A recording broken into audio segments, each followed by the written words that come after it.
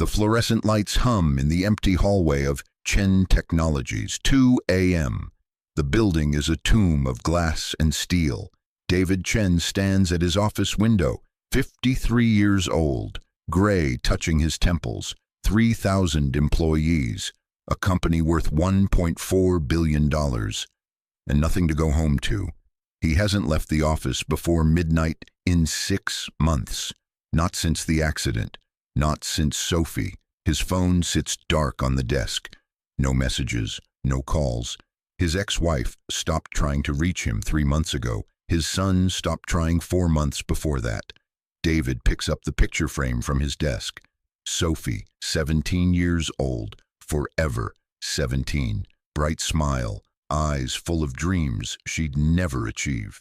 The photo was taken 2 days before the crash, before the drunk driver ran the red light, before the paramedics pulled her from the wreckage, before the machines kept her alive for 72 hours while he begged her to wake up, before she didn't. He sets down the frame, returns to the window. Below, the parking lot's nearly empty. Just his car, security, and one other vehicle, a beat-up Honda Civic, the night cleaning crew. David checks his watch. 2:15. The crew should be finishing soon. He usually times his late nights to avoid them. Invisible people doing invisible work. He has no desire for small talk, for sympathy, for the inevitable, "I'm so sorry for your loss," that people offer like it means something.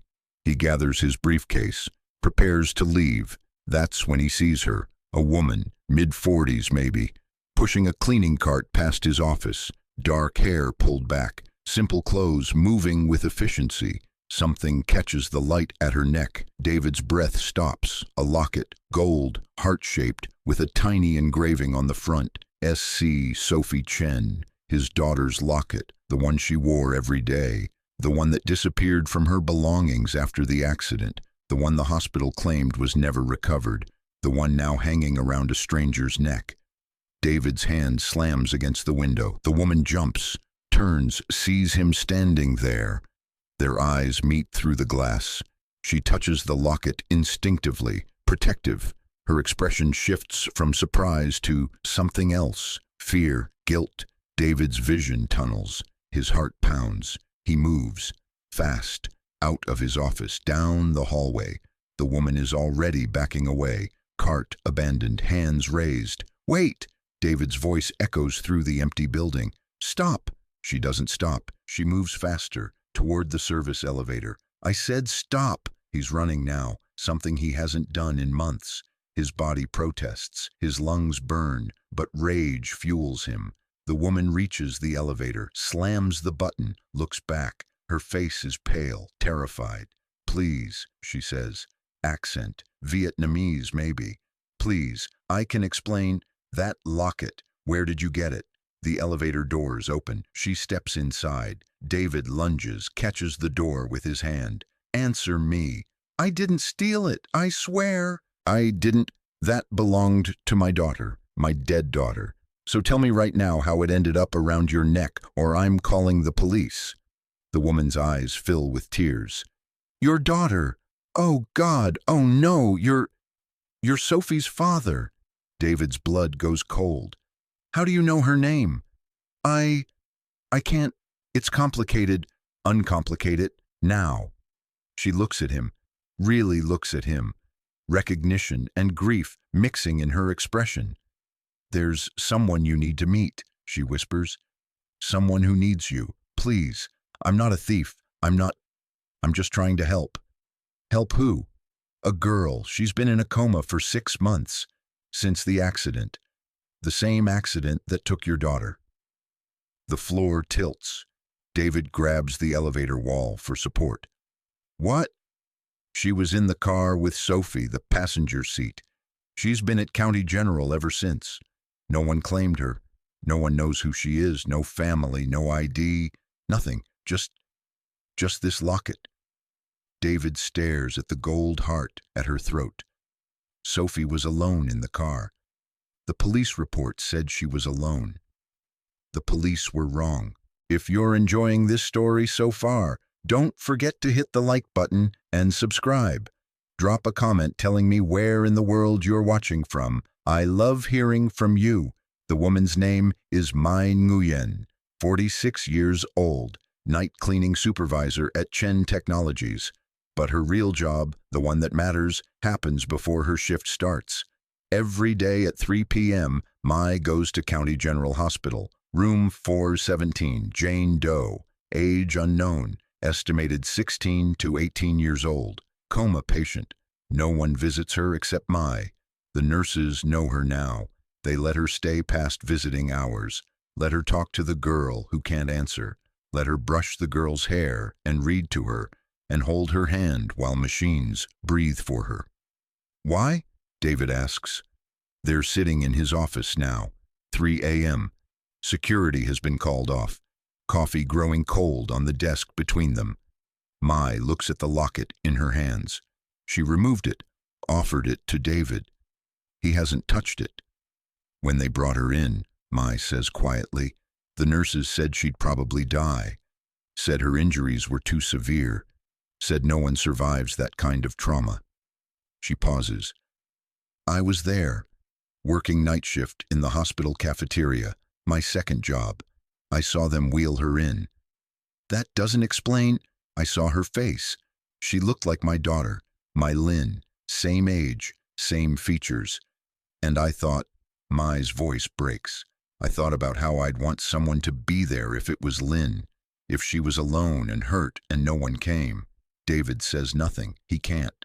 So I visited the next day and the next, and when they moved her to long-term care, I kept visiting. 6 months now, every single day. The locket was clutched in her hand. The paramedics had to pry her fingers open. They gave it to the hospital. The hospital was supposed to hold it as evidence, but Mai looks down. I asked if I could keep it for her until she wakes up, so she'd have something familiar, something that mattered to her. She's been in a coma for 6 months. Yes. What makes you think she'll wake up? Mai meets his eyes. Because 3 weeks ago she squeezed my hand. The doctors said it was involuntary, a muscle spasm.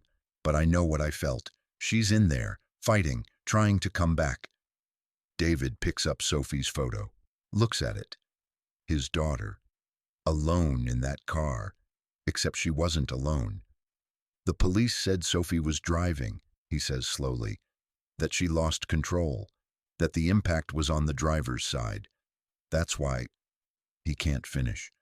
Why she died. Why the passenger might have survived. I don't know what happened that night, Mai says. I just know there was another girl, and she's still here, still fighting. David stands, paces, his mind races. Sophie had a passenger, someone important enough that she wore Sophie's locket, someone Sophie never mentioned to him, because he never asked, because he was always working, always busy, always promising we'll talk later, until later never came. I want to see her, David says. Now? Now. Mai hesitates. Mr. Chen, it's 3 a.m. The hospital, I own 20% of County General. I can see whoever I want whenever I want. His voice is harsh, cold, CEO voice. Mai nods slowly. Okay, but Mr. Chen, please, don't take the locket. She needs it. It's the only thing she has.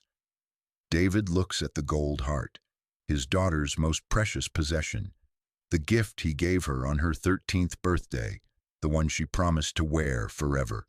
Forever ended at 17. Keep it, he says, for now, until I figure out what's happening. They drive separately to County General, David in his Tesla, Mai in her beat-up Honda. The city is dead at this hour, just streetlights and emptiness. David hasn't been to a hospital since Sophie died. The antiseptic smell, the fluorescent lights, the sound of machines keeping bodies alive when souls have already left. He almost turns back, almost gets in his car and drives away, but Mai is already at the entrance, waiting, and something in her patient expression makes him continue. Room 417, 4th floor, long-term care unit, Mai speaks quietly to the night nurse, shows her badge, points to David. The nurse looks skeptical but nods.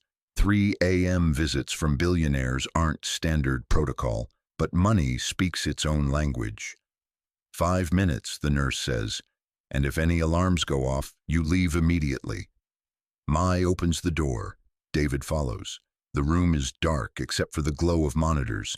Machines beep in rhythm, ventilator whooshes, IV drips, and in the bed, surrounded by tubes and wires, lies a girl, young, maybe 17, dark hair spread across the pillow, face peaceful despite the trauma her body has endured, bandages on her left arm, healing scar across her forehead. She looks nothing like Sophie, and yet, David steps closer, studies her face. There's something familiar in the shape of her jaw, the curve of her eyebrow. What's her blood type? He asks suddenly. Mai blinks. I don't know. Why? Find out. Now. Mai leaves, speaks to the nurse, returns. AB negative. Why does that? David sits down heavily. AB negative, the rarest type. Sophie's blood type, the type only 4% of the population has. The type he doesn't have. The type his ex-wife doesn't have. The type Sophie inherited from somewhere else. Mr. Chen? Mai touches his shoulder. Are you okay? He's not okay.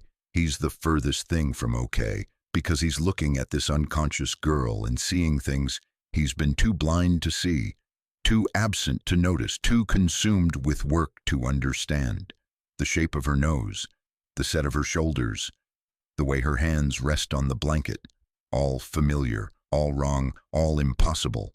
How old did they estimate? His voice sounds distant, not his own. 16 to 18, they couldn't be certain. 17, Sophie's age, Sophie's blood type, in a car with Sophie wearing Sophie's locket. David pulls out his phone, opens his photos, scrolls back, finds one from 2 years ago, Sophie's 15th birthday party. But he's not looking at Sophie, he's looking at the background, at the girl standing behind her, partially hidden, wearing a simple dress, looking at Sophie like she hung the moon. David zooms in, studies the face, then looks at the girl in the bed. It's her, older, injured, but definitely her. Who is she? Mai asks softly. David's hands shake. I don't know, but Sophie knew her.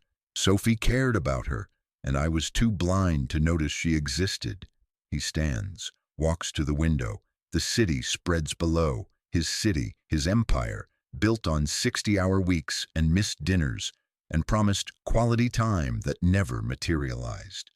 Mr. Chen, what are you thinking? He's thinking about the last conversation he had with Sophie 3 days before the accident. She'd asked to talk, said it was important. He'd put her off. Board meeting, conference call, always something more urgent than his daughter. I need her records, David says. Medical history, blood work, everything. I can't just... I'll handle it. I'll be back tomorrow with a lawyer, with doctors, with whatever it takes. He turns to Mai.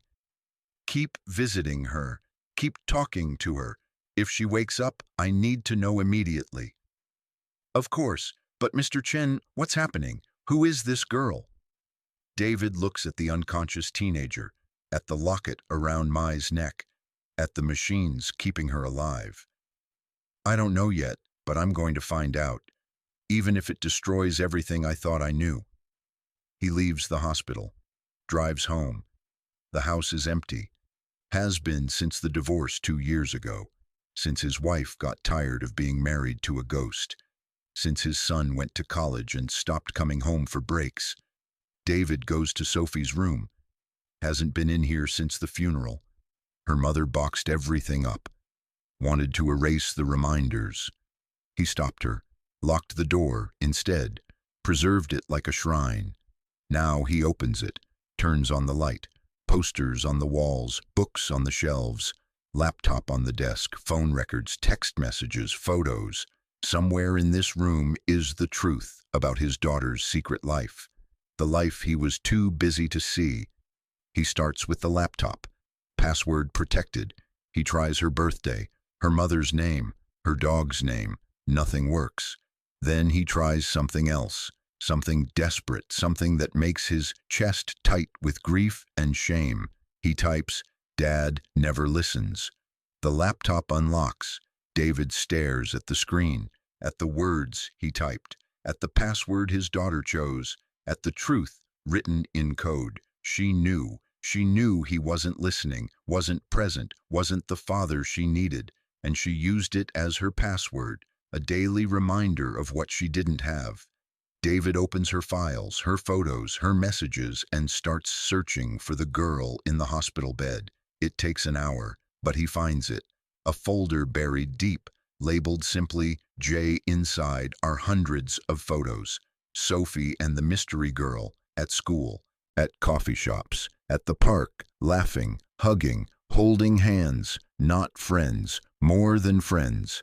The dates go back 2 years, right after the divorce, right when Sophie withdrew, when she stopped talking to him about her life, when she built walls he was too busy to climb. There's a video file. David hesitates, then clicks. Sophie's face fills the screen. She's in her bedroom, recording on her phone. She looks determined, nervous. "Dad," she says, "if you're watching this, it means something happened. It means I couldn't tell you myself. So I'm telling you this way." David's vision blurs. His daughter's voice. He hasn't heard it in 6 months. "Her name is Jamie. She's my girlfriend. We've been together for 2 years. I know you don't know about her. I know I should have told you, but every time I tried, you had a meeting or a call or something more important." The words cut deeper than any knife. Jamie doesn't have family. She aged out of foster care last year. She's been living in her car, going to school, working 3 jobs, and she never complains, never asks for help, never expects anything from anyone. Sophie's eyes fill with tears. "She's the strongest person I know, and I love her, Dad. I really love her. I wanted to tell you. I wanted you to meet her. I wanted you to see how amazing she is." She wipes her eyes. "I'm going to help her. I have money saved. From birthdays and Christmas, I'm buying her a bus ticket to California. There's a program there for former foster kids, college scholarships, housing. She can actually have a future." Sophie takes a breath. "Tonight we're driving to the bus station. I'm taking her, making sure she gets on safely. And then I'm coming home. And I'm going to tell you everything, even if you're too busy to listen, because she matters, and you need to know she exists." The video ends. David sits in the darkness of his daughter's room. The laptop screen dims, goes black. Sophie was taking Jamie to the bus station to help her escape, to give her a chance. And somewhere between home and hope, a drunk driver ran a red light. Sophie died trying to save someone David never knew existed. And Jamie, foster kid, no family, 3 jobs, living in her car. She survived the crash, but with no one to claim her, no one to care. She became Jane Doe, a body in a bed, a ghost in a hospital, until a cleaning woman, saw a girl who looked like her daughter and decided to show up. Every single day for 6 months, David picks up his phone, calls his lawyer, 3:45 a.m. The lawyer answers on the 4th ring, voice thick with sleep. "David, what's wrong?" "I need you to do something. First thing tomorrow morning. Actually, today, in 5 hours." "What?" "File guardianship papers, emergency custody, for a Jane Doe at County General, room 417. Silence. "David, you can't just—" "I can, I will, and I need it done before noon. Full legal guardianship. I don't care what it costs." "On what grounds?" David looks at the photo of Sophie and Jamie. 2 girls in love. 1 dead. 1 dying. Both abandoned by the adults who should have protected them. On the grounds that she was with my daughter when she died, and someone needs to be there when she wakes up. "David, just do it, Marcus, please." He hangs up, opens Sophie's closet, finds the box of her belongings from the hospital, the clothes she wore that night, cut off by paramedics, stained with blood. Her mother couldn't bear to look at them. Shove them in here, out of sight. David searches the pockets, finds what he's looking for. A folded piece of paper, bus ticket, Sacramento, one way, purchased with Sophie's money, with her hope for Jamie's future, unused. David sinks to the floor, the ticket clutched in his hand, his daughter's room surrounding him like a tomb, and for the first time since the funeral, he cries, really cries, not the controlled tears at the service, not the silent grief in his office, but loud, messy, soul-deep wailing for Sophie, for Jamie, for the father he failed to be, for the chance he'll never get back, for all the conversations he was too busy to have, for all the love he was too blind to see. He cries until there's nothing left, until the sun starts to rise, until his phone rings with Marcus calling back. The papers will be ready by 9. Judge Castellano owes me a favor. She'll approve emergency custody if you're there in person. I'll be there? David, what's this about? Keeping a promise my daughter didn't get to keep. At 8 a.m., David stands in front of his bathroom mirror. He hasn't slept, hasn't changed. His eyes are red, his face is drawn. He looks exactly like what he is, a broken man trying to fix something already shattered. His ex-wife calls. He ignores it. His son texts, "Dad, Mom's worried. Where are you?" He doesn't respond. Can't. Not yet. Not until he understands what he's doing, what he's about to take responsibility for. A 17-year-old girl in a coma, no family, no resources, no hope except what he brings her. Like Sophie wanted, like she was trying to do before the drunk driver stole everything. David changes clothes, suit, tie, the armor he wears to board meetings, to negotiations, to war. Today he goes to war for a girl he never met, for a daughter who's gone, for a second chance he doesn't deserve. At County General, Mai is leaving her shift. She sees him in the lobby. Her eyes widen. "Mr. Chen, I wasn't expecting—" "I'm filing for guardianship today. I want her out of county care. I want her in private care, best doctors, best facility, whatever she needs." Mai stares. "You can't be serious." "I'm completely serious." "Why?" David hands her the photo, Sophie and Jamie, holding hands, smiling. "Because my daughter loved her, and I wasn't there to see it. But I'm here now, and I'm not leaving until she wakes up and knows someone cared." Mai's eyes fill. She looks at the photo, at David, at the impossible thing he's trying to do. "She might never wake up," Mai whispers. "Then I'll wait until she does, however long it takes." "You don't know her. You don't know if she's good or bad or—" "Sophie loved her. That's all I need to know." Mai hands back the photo, nods. "Okay, then I'm coming with you, to court, to wherever. Because if you're doing this, you're not doing it alone. Jamie deserves people, not just money, people."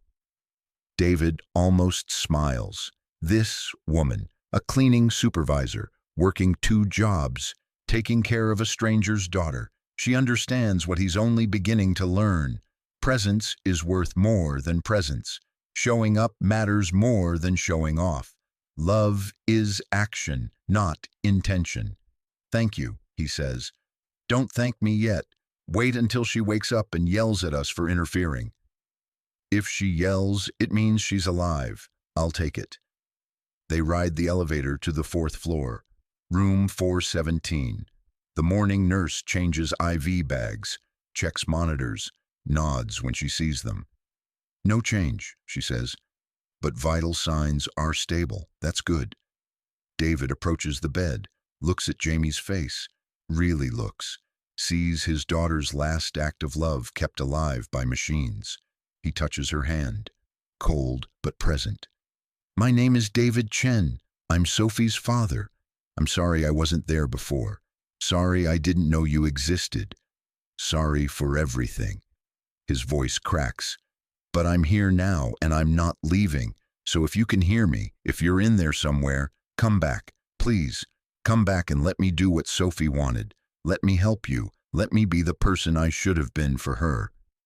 No response. Just machines. Just steady beeps. Just hope that might be delusion. But Mai takes his other hand, squeezes. She heard you. I know she did. David nods, doesn't let go, of Jamie's hand, of Mai's hand, of the fragile thread connecting him to his daughter's secret world. At 9 a.m., they go to court. By 10 a.m., David Chen has emergency guardianship of Jane Doe. By 11 a.m., private ambulance arrives at County General. By noon, Jamie is transferred to St. Catherine's Memorial. Private room, top neurologists, around-the-clock care, everything money can buy, and one thing it can't. Mai, sitting beside the bed, talking softly, promising to visit every day, promising Jamie isn't alone anymore. David stands in the doorway, watches, and wonders if his daughter is somewhere watching too, if she knows he's finally listening, finally showing up, finally choosing the right thing over the easy thing. Sophie, he whispers to the empty air, I'm trying. I hope it's enough. Somewhere, in the space between life and death, between coma and consciousness, Jamie's fingers twitch, just barely, just enough, and David sees it. St. Catherine's Memorial is nothing like County General. Private rooms, soft lighting, windows that actually open, nurses who have time to talk, to care, to see patients as people instead of case numbers. Jamie's room overlooks a garden, trees, birds, life continuing outside while she floats somewhere, between consciousness and void. David visits every morning before work, sits beside her bed for exactly 1 hour, reads to her from Sophie's favorite books, plays Sophie's favorite music, tells her stories about his daughter that he wishes he'd paid attention to while Sophie was alive. She learned to ride a bike when she was 5, he says on day 3. Refused training wheels, said they were for babies, fell 17 times, got up 18. He pauses, touches Jamie's hand. She was stubborn, like me, except she used it for good things. I just used it to win arguments. No response, just the steady beep of monitors, the whoosh of the ventilator.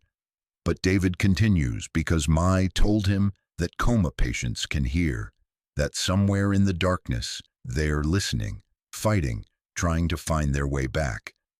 Sophie would have liked this room, he says. The garden view. She loved anything that grew. Kept a cactus in her room. Named it Herbert. I thought it was silly. Now I wish I'd asked her why Herbert, why a cactus, why any of the 1,000 small things I never took time to notice. Dr. Patricia Rhodes enters, mid-50s, chief of neurology. She's been monitoring Jamie for 3 days now, running tests, adjusting medications, searching for signs of improvement. Mr. Chen, can we talk outside? David's stomach drops. Those words, that tone, he's heard them before, right before they told him Sophie wasn't coming back. In the hallway, Dr. Rhodes pulls up scans on her tablet. These are Jamie's latest brain activity readings. The good news is there's definitely activity. She's not brain dead. She's in there. And the bad news? The trauma was severe. Frontal lobe damage, memory centers. Even if she wakes up, we don't know what she'll remember, who she'll be. She might not remember Sophie, might not remember her own name. David leans against the wall. But she could wake up. She could. The fact that she's lasted 6 months is remarkable. Most patients with her injuries don't make it past 3. Something is keeping her fighting. Love, David says quietly. Sophie loved her. Maybe that's enough. Dr. Rhodes smiles sadly. I wish medicine worked that way. But Mr. Chen, you need to prepare yourself. Even if she wakes up, the road to recovery will be long.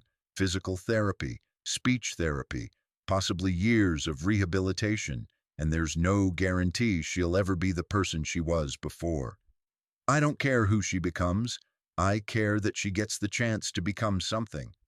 That's admirable, but the costs are irrelevant. Whatever she needs, however long it takes.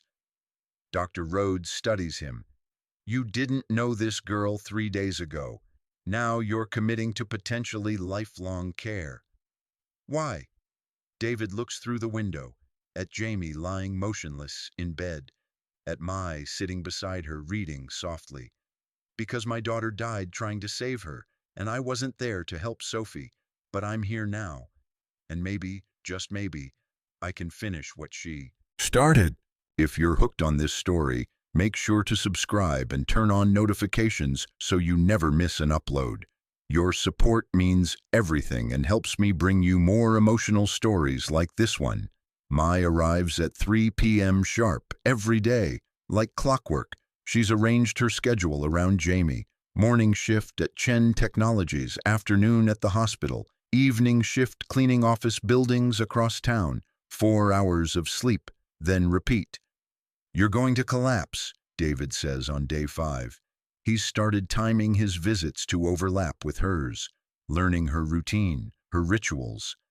I'm fine, Mai says. She's brushing Jamie's hair, gentle strokes, patient, like she's done this 1,000 times. When did you last have a day off? I don't remember, maybe 3 months ago? When I had the flu. That's not sustainable. Mai sets down the brush, looks at him directly. Mr. Chen, with respect, you've been sleeping in your office for 6 months. You work 16-hour days. You haven't taken a weekend since your daughter died. Don't lecture me about sustainability. David opens his mouth, closes it. She's right. They're both running on grief and guilt and the desperate need to do something useful with the pain. We're both disasters, he says finally. Yes, but we're disasters who show up. That counts for something. They sit in comfortable silence. The afternoon sun streams through the window, warms Jamie's face. For a moment she almost looks peaceful, like she's sleeping instead of lost. Tell me about your daughter, David says. Lynn, you said Jamie reminds you of her. Mai's expression softens. Lynn is 22 now, pre-med at UC Davis, brilliant, determined, everything I ever wanted for her. You must be proud. I am, but I'm also terrified every day. Terrified she'll fail. Terrified she'll succeed and forget where she came from. Terrified she'll realize how much I sacrificed and feel guilty. Mai touches Jamie's hand. When I saw this girl in the emergency room, unconscious and alone, I saw Lynn. Saw what could happen if Lynn was ever hurt and I wasn't there. So you became her person. Someone had to be. The nurses were kind but busy. The doctors did their jobs but moved on. She needed someone to stay, to witness her, to make sure she wasn't forgotten. David understands. He's doing the same thing, bearing witness, refusing to let Jamie become another statistic, another Jane Doe buried in an unmarked grave. Mai, can I ask you something? Of course. The locket, when you first put it on, when you wore it, did it feel wrong? Mai considers the question. At first, yes, like I was stealing something precious, but then I realized she was holding it when they brought her in, clutching it so tight they had to pry her fingers open. She needed it. It was her connection to something, to someone. So I wore it because she couldn't. I kept it safe until she could have it back. You're a better person than most. I'm just a mother who saw a child in need, that's all. They're interrupted by a commotion in the hallway, voices, argument. Then David's ex-wife bursts through the door. Caroline Chen, 50 years old, still beautiful, still fierce, still angry at him for 1,000 valid reasons. What the hell are you doing? She demands. David stands. Caroline, I was going to call. You were going to call. David, I had to hear from our lawyer that you filed for guardianship of some random girl. What is wrong with you? Mai quietly excuses herself, slips out, gives them privacy. Caroline stares at Jamie, at the machines, at the girl connected to tubes and wires. Who is she? Her name is Jamie. She was with Sophie, in the car. The night of the accident, Caroline goes pale. What? Sophie wasn't alone. There was a passenger, this girl, and she's been in a coma ever since. The police said the police were wrong, or lazy, or both. Jamie has no family, no one claimed her. So she became Jane Doe, County General, room 417 for 6 months. Caroline sinks into a chair. 6 months. She's been here for 6 months, and no one told us. No one knew she was connected to Sophie until I found this. He shows her the photo, Sophie and Jamie, holding hands, in love. Caroline stares at the image. Her eyes fill. She never told us. She tried to tell me. I was too busy, too important, too blind to see what was right in front of me. David, Sophie was taking her to the bus station. She'd bought Jamie a ticket to California, scholarship program for foster kids. Sophie was trying to save her, give her a chance, and instead, his voice breaks. Instead, we lost them both. Caroline wipes her eyes, looks at Jamie, really looks. She's so young. 17, same as Sophie, no family, 3 jobs, living in her car, everything stacked against her, and Sophie loved her anyway. What are you planning to do? Take care of her, whatever she needs. Physical therapy, education, a place to live, a future, everything Sophie wanted for her. Caroline stands, walks to the bed, touches Jamie's hand. The girl doesn't respond. What if she doesn't wake up? Then I'll wait. David, you can't save her to make up for losing Sophie. I'm not trying to save her for me. I'm trying to save her for Sophie, to honor what our daughter was trying to do, to finish what she started. Caroline looks at him for a long moment, then she nods. Okay, then I'm helping. If you're doing this, we're doing it together. Sophie would want that. Are you sure? No, but I'm here anyway. That's what showing up means, right? For the first time in 2 years, since the divorce, since everything fell apart, David and Caroline stand together, united by grief, by love for their daughter, by the desperate need to do something right. Mai returns with coffee, sees Caroline, freezes in the doorway. I'm sorry, I didn't mean to interrupt. You're not interrupting, Caroline says. You're Mai, right? The woman who's been visiting Jamie every day? Yes. Thank you for being there when we couldn't, when we didn't know. Caroline extends her hand. I'm Caroline, Sophie's mother. Mai shakes it. Her eyes glisten. Sophie was special, I could tell, from the way Jamie held that locket, from the way she fought to survive. Love like that doesn't come from nothing. Caroline looks at David, at Mai, at Jamie. Then let's make sure it wasn't for nothing. Let's bring her back. The next 2 weeks blur together, a rotation of people, Mai in the afternoons, David in the mornings, Caroline in the evenings. They read to Jamie, play music, tell stories, share memories of Sophie that hurt and heal in equal measure. Dr. Rhodes runs more tests, adjusts medications, monitors brain activity. She's showing improvement, she says on day 12, small but measurable, increased response to stimuli. Her body is healing. Now we need her mind to follow. David's son arrives on day 14. Ethan Chen, 20 years old, home from Berkeley for spring break. He stands in the doorway of Jamie's room, confused and angry. Dad, what is this? Mom said you're obsessed with some girl, that you're spending a fortune on medical care for a stranger. She's not a stranger. She was with Sophie. Sophie's dead. This won't bring her back. David turns, looks at his son. Really looks. When did Ethan get so tall, so grown? When did David miss him becoming a man? You're right. Nothing will bring Sophie back. But I can honor what she was trying to do. I can give Jamie the chance Sophie wanted her to have. Why? Why do you care so much about someone you have never met? Because Sophie loved her, and I never knew, never asked, never made time to know my own daughter's life. This is my chance to fix that, to be the father I should have been. Ethan stares at him. You think taking care of her will make up for failing Sophie?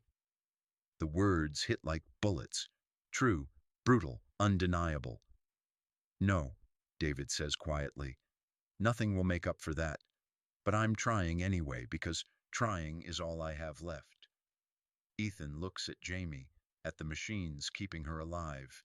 In the photos Mai has taped to the wall, Sophie is smiling, always smiling. Tell me about them, Ethan says finally. About Sophie and Jamie, I want to know. So David tells him everything, the hidden relationship, the foster care background, the 3 jobs, the bus ticket, the accident, Sophie's video message, the password that broke his heart. When he finishes, Ethan is crying. I didn't know. Sophie never told me either. She didn't tell anyone because we never made it safe to tell us. We were always busy, always distracted, always somewhere else. I could have been a better brother. We could have been better at everything, but we can't change the past. We can only change what we do now. Ethan wipes his eyes, approaches the bed, takes Jamie's hand. Hey, Jamie, I'm Ethan, Sophie's brother. I'm sorry I never met you when it mattered. Sorry I didn't know you existed, but I'm here now, and I'm going to help my dad help you, because Sophie loved you, and that's enough for me. Jamie's fingers twitch, just barely, just enough to notice. Ethan jumps. Did you see that? She moved. David is already pressing the call button. Dr. Rhodes arrives within minutes, runs tests, checks responses. Her expression is carefully neutral. It's involuntary, she says. Reflex response, not conscious movement. But it's something, Ethan insists. Yes, it's something. It means the neural pathways are still intact. That's good. But don't get your hopes up too high. Reflex doesn't equal consciousness. But David saw it, saw Jamie respond to Ethan's voice, to his words, to the mention of Sophie's name. She's in there, fighting, trying to come back. That night, David stays late, past visiting hours. The nurses know him now. Don't enforce the rules.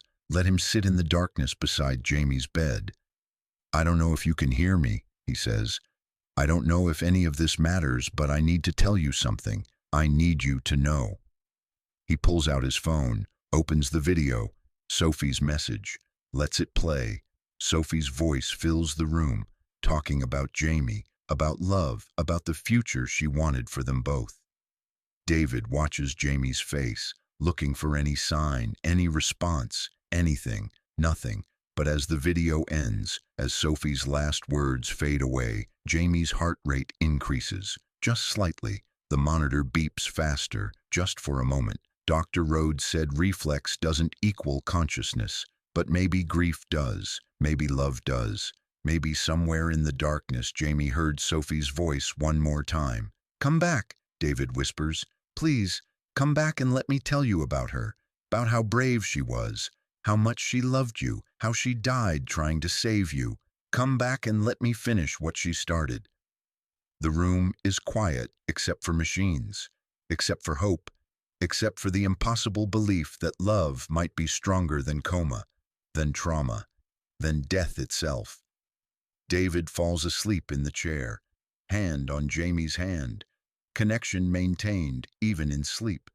Mai finds him there in the morning, covers him with a blanket, doesn't wake him, sits on the other side of the bed, creates a circle of care around this broken girl who's become the center of so many lives. Today is day 21, Mai tells Jamie softly. 3 weeks since Mr. Chen found me. Since we learned you weren't alone anymore. You've been fighting for 6 months. That's remarkable. That's strength I can't even imagine. But you're not fighting alone now. You have people. You have family. Not the one you were born into, but the one that chose you. That's choosing you every single day. She brushes Jamie's hair. Familiar ritual. Comforting routine. Mr. Chen is a good man. Lost, broken, but good. He reads to you every morning Sophie's favorite books, Sophie's favorite poems. He's learning who his daughter was by learning about what she loved. And she loved you. That's clear in every word, every story, every moment he spends here. Mai adjusts the blanket, checks the IV, does all the small things nurses are too busy to do. His ex-wife comes too now, Caroline. She brings flowers, changes them every 3 days. She talks to you about Sophie's childhood, about the girl she raised, the woman she was becoming. It hurts her, I can see it. Every memory is a knife, but she keeps talking because you deserve to know. You deserve to understand who Sophie was, what she meant, what you meant to her. A tear rolls down Mai's cheek. She doesn't wipe it away. And Ethan, Sophie's brother, he comes after his classes, brings his homework, studies beside your bed, says if you wake up, he'll help you catch up on school, help you prepare for college. He's already researching scholarship programs, financial aid. Everything Sophie wanted for you, he's making plans to help achieve. Mai takes Jamie's hand, squeezes gently. So you see, you're not Jane Doe anymore. You're not forgotten. You're not invisible. You're Jamie. Sophie's Jamie. And you have people waiting for you to come home, waiting to show you that family isn't just biology. It's choice. It's presence. It's showing up even when it's hard, especially when it's hard. Behind her, David stirs, wakes, sees Mai holding Jamie's hand, sees the tears on her face, sees the love that transcends class and circumstance and every barrier society builds. Thank you, he says, for everything, for being here first, for not giving up, for showing me what it means to actually care.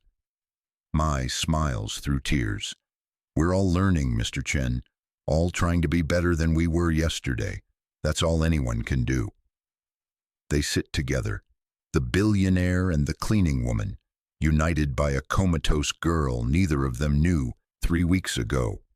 United by grief, by love, by the desperate need to do something right in a world that feels increasingly wrong. Outside, spring arrives, trees bloom, birds return. Life continues its relentless march forward whether anyone is ready or not.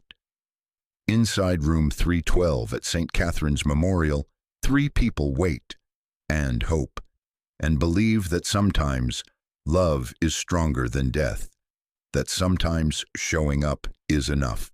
Sometimes miracles happen to people who need them most. On day 28, exactly 4 weeks after David found the locket, Jamie's eyes move behind closed lids. REM sleep, dreaming, the first sign of returning consciousness. Dr. Rhodes is cautiously optimistic. This is good. This is very good. Her brain is becoming more active.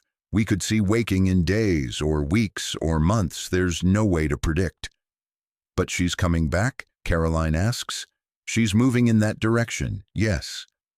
That night, everyone gathers. David, Caroline, Ethan, Mai, Lynn, who drove down from Davis to meet the girl her mother won't stop talking about. They fill the room, create a circle of presence, of hope, of family by choice. Should we talk to her? Lynn asks. Like tell her to wake up? I've been talking to her for 6 months, Mai says. She'll wake up when she's ready.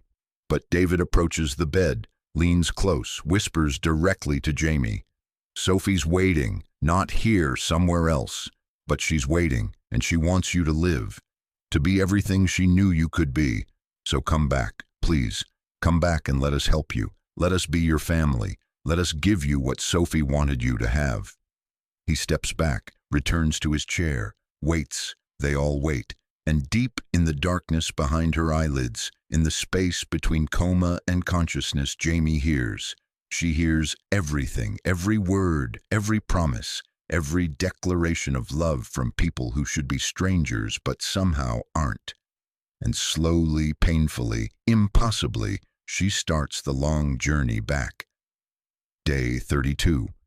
Early morning. The sun hasn't risen yet.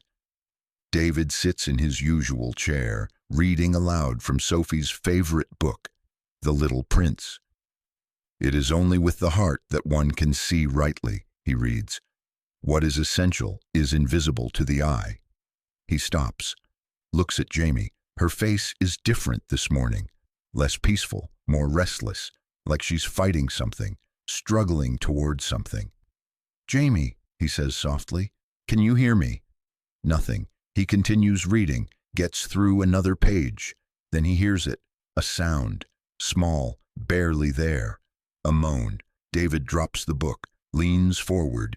"Jamie, Jamie, if you can hear me, try to move something. Your hand, your fingers, anything." Her right hand twitches, definite, purposeful.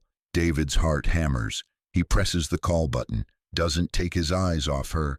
"Come on, you can do it. Come back. Sophie's waiting. We're all waiting." Jamie's eyelids flutter, the first movement in 6 months. The first sign that she's really there, really fighting her way back. Dr. Rhodes rushes in. Nurses follow. They check vitals, run tests, shine lights in Jamie's eyes. "She's surfacing," Dr. Rhodes says. Her voice is carefully controlled, but David hears the excitement underneath. This is it. She's waking up. How long? Could be minutes, could be hours. But she's coming back. Alert the family. They should be here. David calls Caroline, then Ethan, then Mai. His hands shake so badly he can barely hold the phone. By the time they all arrive, Jamie's eyes are open. Just slits, just barely, but open.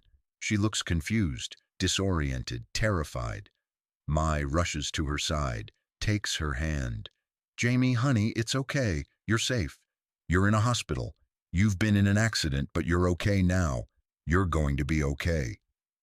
Jamie's mouth moves. No sound comes out. The ventilator tube prevents speech. "Don't try to talk yet," Dr. Rhodes says gently. "We're going to remove the tube. It's going to be uncomfortable, but it'll be over quickly. Just breathe. That's all you need to do. Just breathe." The procedure takes 5 minutes. Jamie gags, coughs, her eyes water, but finally the tube is out. She can breathe on her own, can speak. Her first word is barely a whisper. "Sophie?" The room goes silent. Everyone freezes. Jamie's eyes dart around, landing on each face, searching, desperate. "Where's Sophie? Is she okay?" David's chest shatters. He can't speak, can't breathe, can't do this. Caroline steps forward, sits on the edge of the bed, takes Jamie's hand. "Sweetheart, I'm Caroline. I'm Sophie's mother, and I need to tell you something very difficult." Jamie's eyes fill with tears. She already knows. Somewhere deep down, she already knows. "No," Jamie whispers. "No, please, please don't say it." "Sophie didn't make it. The accident. She died. I'm so sorry. I'm so very sorry." Jamie's face crumples. A sound rips from her throat. Not quite a scream. Worse than a scream. Pure grief. Pure anguish. The sound of a heart breaking in real time. "No, no, no." She tries to sit up. Can't. Her body won't cooperate. 6 months of motionlessness have stolen her strength. "I need to see her. I need to. Please, please, let me see her." "She's gone, honey." Caroline is crying now, too. "She's been gone for 6 months. But she loved you so much. She was trying to save you, trying to give you a future. That's what she was doing when the accident happened." "Then I should be dead, too." Jamie's voice breaks. "I should have died with her. Why didn't I die with her?" Mai squeezes her hand tighter. "Because you have things to do, a life to live. Sophie wanted that for you. She fought for that for you." "I don't want it without her." Jamie closes her eyes. Tears stream down her face. "I don't want any of it without her." The room is heavy with grief, with shared pain, with the impossible reality that one girl survived and one girl didn't, and there's no fairness in any of it. David finally finds his voice. "Jamie, my name is David Chen. I'm Sophie's father, and I need you to know something. Sophie made a video before the accident. She talked about you, about how much she loved you, about the future she wanted for you. Would you, would you like to see it? Jamie nods. Can't speak, just nods. David pulls out his phone, cues up the video, holds it so Jamie can see. Sophie's face appears, alive, smiling, talking about love and hope and the girl she'd do anything for. Jamie watches through tears. Her hand reaches toward the screen, trying to touch something she can never touch again. When the video ends, Jamie whispers, "Play it again." They watch it 3 more times. Then Jamie says, "I need to sleep. Please, I need to not be awake right now." Dr. Rhodes administers a mild sedative, not enough to knock her out, just enough to take the edge off the pain, to give her body and mind a chance to process. As Jamie's eyes close, she whispers one more thing. "The locket. Where's the locket?" Mai removes it from around her neck, places it carefully in Jamie's hand. "I kept it safe for you. I wore it every day, so you'd have it when you came back." Jamie clutches it, holds it against her chest. "Thank you." Then she sleeps. Not coma sleep, real sleep, healing sleep, but sleep that's haunted by nightmares of crashes and screams and the girl she loved dying while she survived. In the hallway, the family regroups. Everyone is shaken, crying, processing. "What do we do now?" Ethan asks. "She doesn't want to be alive." "We give her time," Mai says firmly. "We give her space to grieve. And then we show her that life is still worth living. That Sophie's love wasn't wasted. That she has people who care, who choose her." "What if that's not enough?" Carolyn asks. "Then we try harder. We show up more. We love her louder, whatever it takes." Mai wipes her eyes.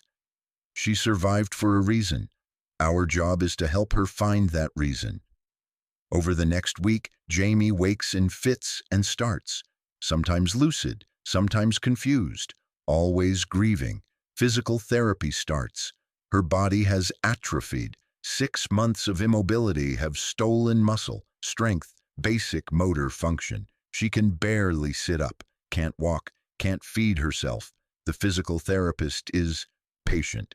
"It'll come back. You're young, strong, you'll recover." But Jamie doesn't care about recovering. She goes through the motions, mechanical, empty, a body without a soul. David visits every day, brings Sophie's things, her books, her music, her favorite sweater that still smells faintly of her perfume. "She wanted you to have these," he says. "Wanted you to go to California, to the program, to build a life." Jamie stares at the wall. "I don't want a life without her." "I know, but she wanted it for you. And maybe eventually you'll want it too. Not today, not tomorrow, but someday. You don't understand. I understand more than you think. I lost her too, and I have to live with knowing I could have prevented it. If I'd been present, if I'd listened, if I'd made her feel safe enough to tell me about you, maybe she wouldn't have been driving to the bus station at 11 p.m. Maybe she'd still be alive." Jamie looks at him for the first time. Really looks. "It's not your fault. It's not yours either, but we both feel like it is, so maybe we help each other carry it. Maybe we honor Sophie by not giving up, by being the people she believed we could be." Jamie's eyes fill. "I don't know how to do that." "Neither do I, but we'll figure it out together." Mai brings her daughter, Lynn, 22, pre-med, everything Mai sacrificed for. Lynn sits beside Jamie's bed, talks about losing her father when she was 12, about how grief doesn't disappear, but it changes, becomes bearable, becomes part of you instead of all of you. "You'll never stop missing her," Lynn says gently, "but eventually the missing won't be quite so sharp. Eventually you'll remember the good without drowning in the bad. That's not betrayal, that's survival, that's honoring her by living the life she wanted you to have." Jamie listens, doesn't respond, but she listens. Caroline brings photo albums, shows Jamie pictures of Sophie as a baby, as a toddler, growing up, becoming the person Jamie fell in love with. She was stubborn from day one, Caroline says with a sad smile, refused to crawl, just stood up and walked at 9 months, skipped the whole middle step. That was Sophie. All or nothing, no half measures. She was perfect, Jamie whispers. She was human, flawed, messy, real. But yes, to the people who loved her, she was perfect. Caroline touches Jamie's hand. And she thought you were perfect too. That's in the video. That's in her journal. That's in every word she wrote about you. You were her person, her home, her reason. Then why am I here and she's not? I don't know. I've asked that question 1,000,000 times. Why her? Why my baby? Why not me? Caroline's voice cracks. But she wouldn't want you to waste the life she died trying to save. She'd want you to fight, to live, to become everything she knew you could be. 2 weeks after waking, Jamie can sit up on her own, can feed herself with shaky hands, can speak in full sentences without getting winded. Dr. Rhodes is pleased. You're recovering faster than expected. Another few weeks of physical therapy, and you should be able to walk with assistance. Then what? Jamie asks. Then you start rebuilding your life. I don't have a life to rebuild. I don't have a family or money or anywhere to go. I aged out of foster care. I was living in my car before the accident. You're not going back to a car, David says. He's been waiting for this conversation, planning it. I've set up a trust fund. It'll cover your living expenses, tuition, housing, everything Sophie wanted you to have in California. Jamie stares at him. I can't accept that. Why not? Because it's charity. Because I'm not your responsibility. Because you don't think you deserve it? David leans forward. Jamie, my daughter loved you. She died trying to give you a future. The least I can do is finish what she started, not as charity, as honoring her wishes, as doing what she'd want me to do. I don't even know if I want to go to college. Then don't. Use the money to figure out what you do want. Take time, heal, grieve, but do it somewhere safe, somewhere stable, somewhere Sophie would want you to be. Jamie looks at the locket still clutched in her hand, opens it. Inside are 2 photos, one of Sophie, one of herself, taken in a photo booth, happy, in love, alive. What if I can't do it? What if I try and fail? Then you fail, and you try again. That's how life works. You fall down, you get up, you keep going, not because it's easy, because it matters. Jamie closes the locket, holds it against her chest. She really wanted this for me. More than anything, she saved money for months, researched programs, made plans. She believed in you, believed you deserved more than you'd been given, believed you could be anything you wanted to be. I wanted to be with her. That's all I wanted. I know, but she's gone, and you're here, and you have to decide what to do with that. You can give up. Let grief win. Let the drunk driver who killed her destroy you too. Or you can fight. You can live. You can become the person she saw when she looked at you. Jamie cries, silent tears running down her face. I'm so tired of fighting. I know, but you don't have to fight alone anymore. You have people now. Me, Caroline, Ethan, Mai, Lynn. We're your family, if you'll let us be. Why? Why do you care about me? David's eyes fill.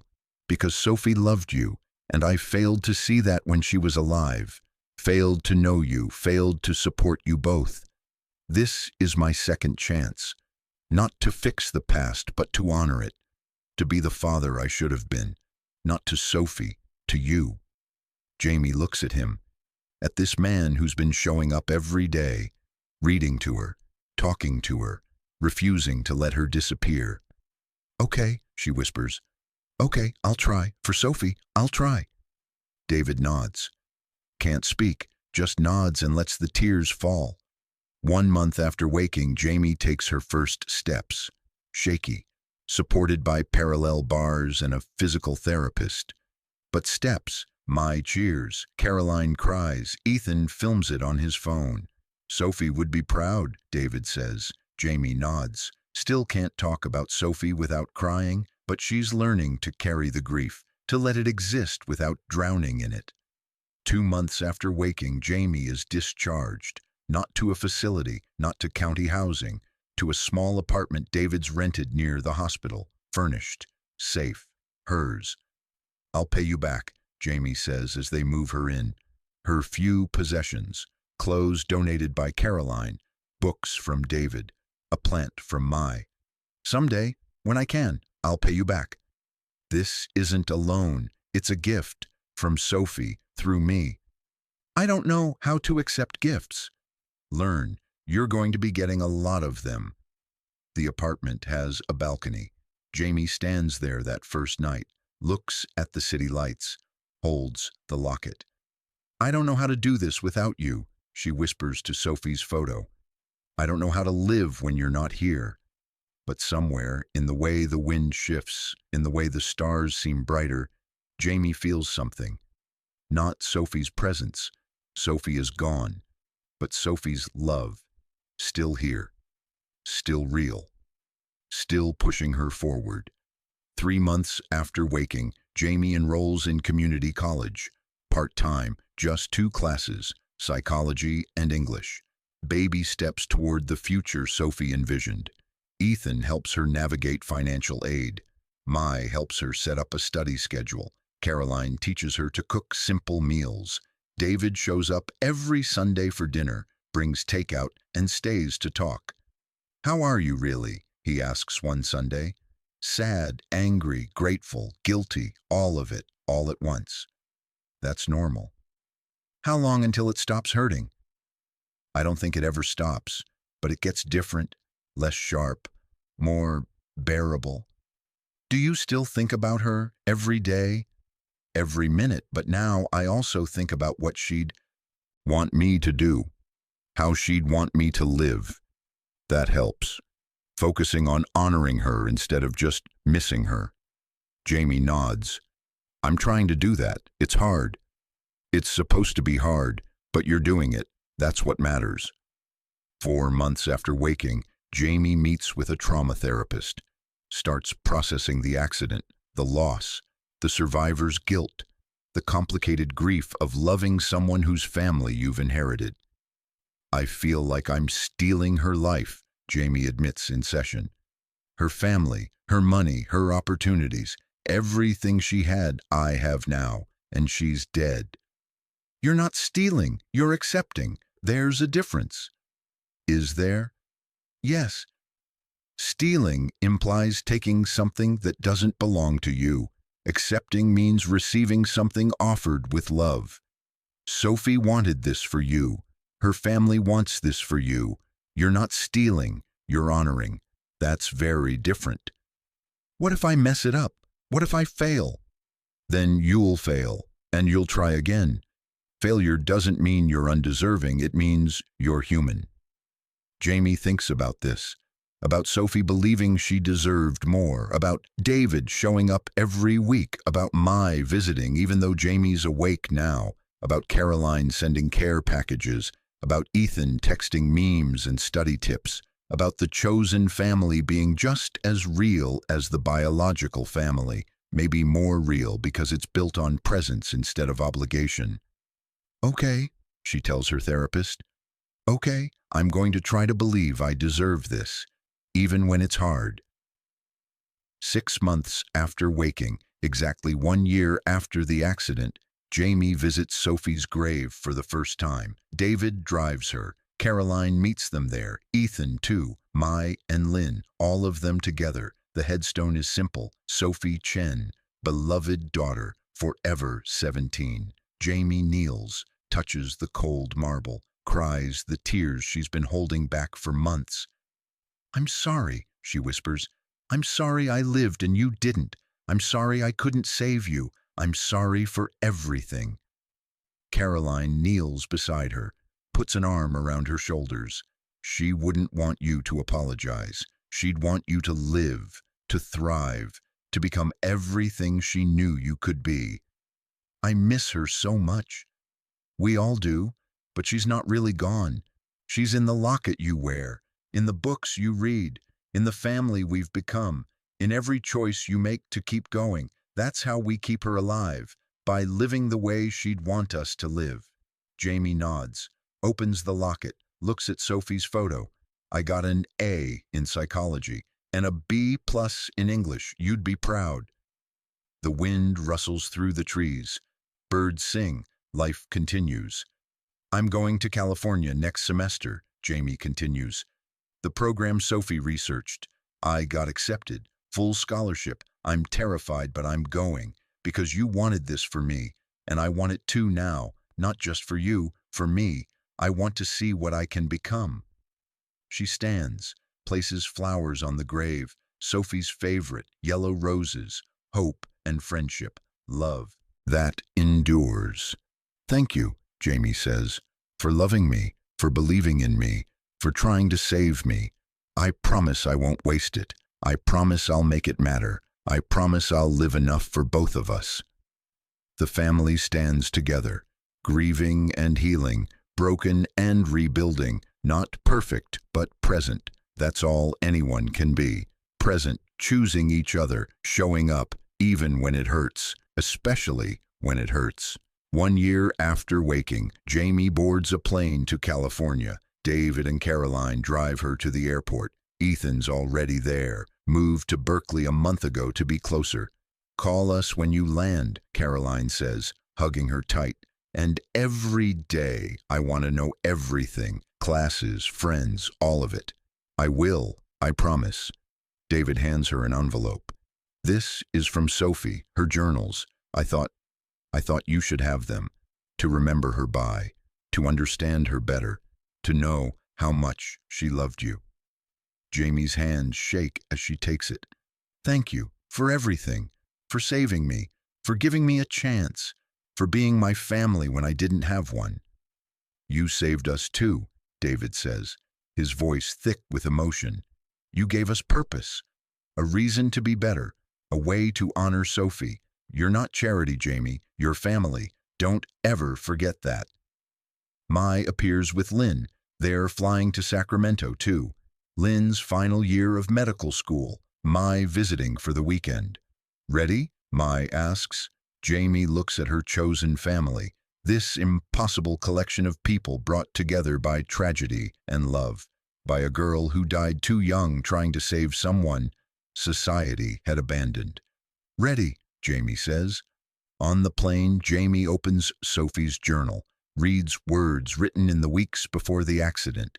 Jamie doesn't think she deserves good things, but she deserves everything. She deserves safety and opportunity and a future that isn't defined by everything she's lost. I'm going to make sure she gets it, whatever it takes. I love her too much to let her stay invisible. Jamie closes the journal, touches the locket, looks out the window as the plane lifts off. Below, the city shrinks. Her old life recedes.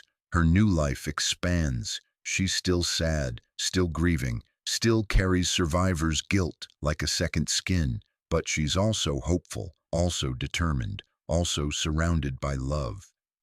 Sophie died trying to give her a future. The least Jamie can do is live it, really live it, become everything Sophie believed she could be. Not for Sophie, not anymore, but for herself. Because she's learning she deserves it, learning she's worthy, learning that being invisible doesn't mean being worthless, learning that sometimes love survives death, that sometimes strangers become family, that sometimes second chances come disguised as tragedy, that sometimes a locket is just a locket, and sometimes it's a lifeline, a connection, a promise kept across the boundary between life and death. Jamie touches the locket one more time, whispers, I'm doing it, I'm living, for both of us. The plane climbs higher, into clouds, into possibility, into a future Sophie died creating. And somewhere in the space between grief and hope, Jamie starts to believe it's a future worth having. Thank you so much for watching until the end. If you loved this story, check out the other videos on your screen now. I think you'll really enjoy them. And don't forget to subscribe if you haven't already. See you in the next story.